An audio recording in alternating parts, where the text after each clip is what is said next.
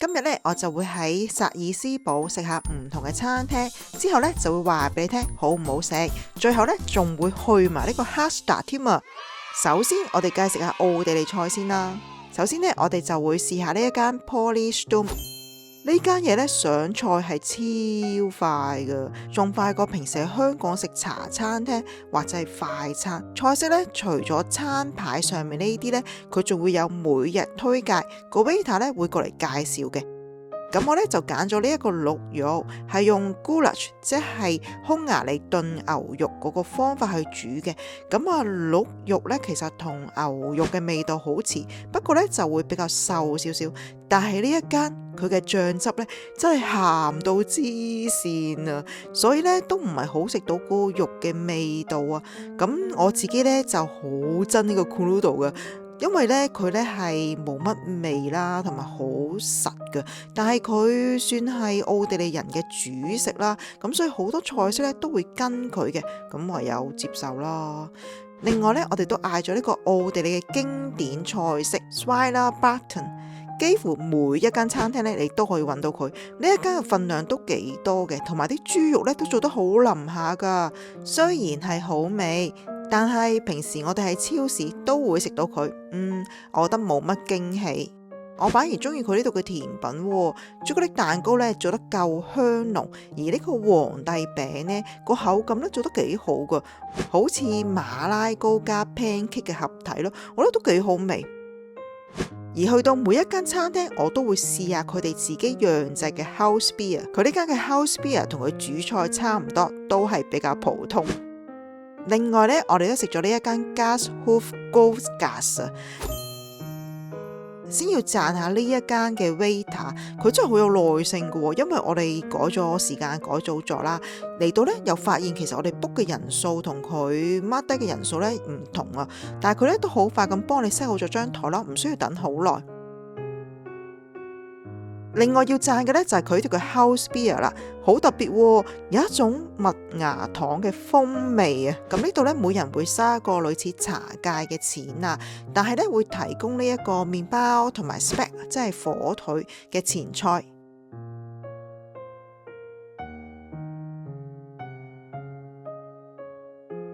咁我今日咧本身就唔係好肚餓，所以我咧淨係飲咗呢個魚湯啫。上菜嘅時候咧已經好大陣魚味噶啦，但係咧一啲都唔腥噶。呢個魚肉嘅質地咧係介乎於三文魚同埋銀鱈魚之間咯。我覺得個口感係啱啱好，唔會話鞋啊，又或者唔會太腍白白。而啲湯呢，雖然係清湯，但係睇得出佢用咗好多嘢煲噶，好夠味道。驚喜嘅仲有呢個麵包薄片，好脆好味道。嚟到奧地利呢，我都好建議試下呢度嘅炸雞噶。奧地利嘅雞呢，唔知點解呢係好滑噶，一啲都唔鹹。呢一間呢都炸得係啱啱好，皮脆，啲肉仲係好 juicy 嘅，所以呢，我覺得呢一間餐廳係值得推薦嘅。咁如果係嚟到奧地利已經好多日已經食厭咗奧地利菜呢，可以嚟呢間 Sonnenblumen 試下。呢一間餐廳係一個住喺薩爾斯堡嘅網友推介俾我嘅，真係冇推介錯啊！喺奧地利真係好難得可以食到牛柏葉，佢度嘅牛柏葉醃得好入味，酸酸甜甜，唔會太辣，我覺得好惹味咯。而呢一個酸菜魚呢，個魚嘅份量都幾多噶，同埋佢啲魚肉呢都做得好滑噶。不過呢個酸菜，我覺得佢即係醃得唔夠耐咯，個味道係淡咗少少。最後呢，我哋都食咗回鍋肉，雖然都係好味，不過平時都食到啦，就冇乜驚喜啦。我本身呢就中意食越南粉嘅，所以我都嚟咗呢一間越南餐廳試下啦。咁佢呢個河粉嘅份量呢係比較少，啲肉呢都厚嘅，不過我覺得有啲韌咯，有啲柴啊，啲湯就冇乜牛肉味咯。春卷都炸得脆嘅，但係我嫌佢裏邊嘅餡料呢就冇乜啦。我覺得呢一間餐廳呢都係普普通通啦。我哋今次嘅行程有半日呢，就去咗 Hallstatt。咁喺淡季嚟呢嘅好處就真係冇乜人，同埋泊車呢就好容易。不過有好多鋪頭都冇開，我哋上次呢可以喺度租咗個艇仔撐出去湖嗰度噶嘛，但係今日呢就冇開門啊，連嗰個纜車上去個鹽洞嗰度呢都冇開。但係我都唔執輸，買咗呢一罌蜜糖鹽，即係喺餐台上面食牛扒嘅時候可以磨啲落去。係咪好高級呢？而呢間小食車仔檔呢，好多人排隊嘅喎。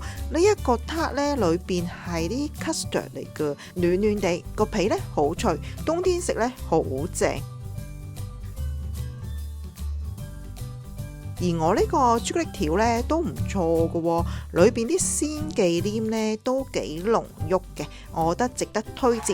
晏晝呢，我哋就喺呢間 Sumbada 度食啦。咁我朋友呢就食咗呢個魚扒，睇落去呢都好似幾好咁，不過呢，其實個份量就太少咯。咁我自己呢食咗呢個叫 Panna 嘅嘢啦，裏邊呢就係豬嚟嘅，咁個豬嘅醃法呢都幾中式嘅，有啲酒嘅味道，再加上一啲炸薯啊、菇啊，咁個味道都幾好。不過個汁呢就偏鹹啲，咁我覺得呢一間餐廳都係可以嘅，雖然冇乜驚喜，但係都唔錯。我喺薩爾斯堡咧，仲見到呢一間賣香料嘅鋪頭啦。佢裏邊有一個發咗酵嘅黑椒咯。咁我買咗翻去呢，煎牛扒差唔多煎完嘅時候呢，就會放幾粒上去啦。佢係可以原粒食嘅黑椒嚟噶，唔會好辣噶，但係有發咗酵，所以個風味呢好特別啊。如果你中意香料嘅話呢，都可以嚟度行下噶。呢條片呢都差唔多啦，下次嚟到薩爾斯堡就知道揾邊間餐廳食嘢啦。如果想知道多啲必行嘅景點呢，就要睇翻我上次條片啦。